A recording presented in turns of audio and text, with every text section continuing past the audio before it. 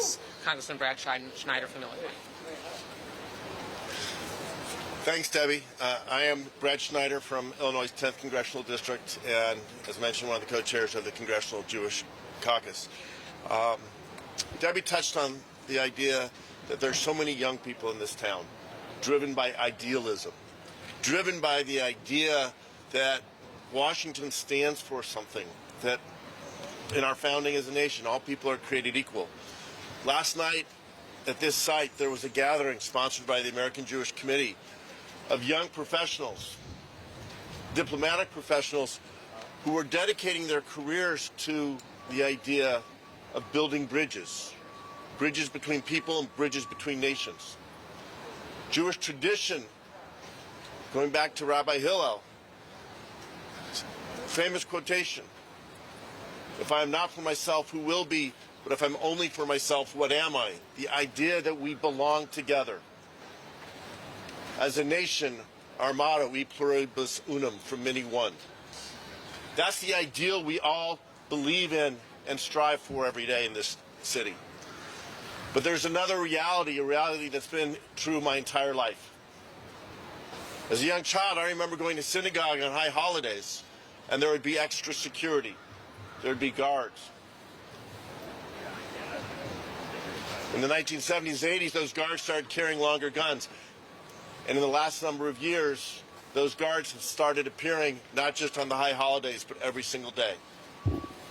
And in the 19 months since October 7th, 2023, we have seen a rise of anti-Semitism that has been unprecedented in my lifetime. So much so to the point that people are told, don't wear outward display of your faith. Wear a baseball cap instead of a yarmulke. Take your Star of David and tuck it in your shirt. There is a real fear. So as we gather here today, we are overwhelmed by emotions. Emotions of grief at the loss of two beautiful young people who were prepared to make a life together, heading to Israel to become engaged, to make a promise to each other for a future, united, and to have that future cut short last night. And instead, their families, rather than gathering under the chuppah, will be gathering beside a grave, saying a Kaddish instead of 7 blessings.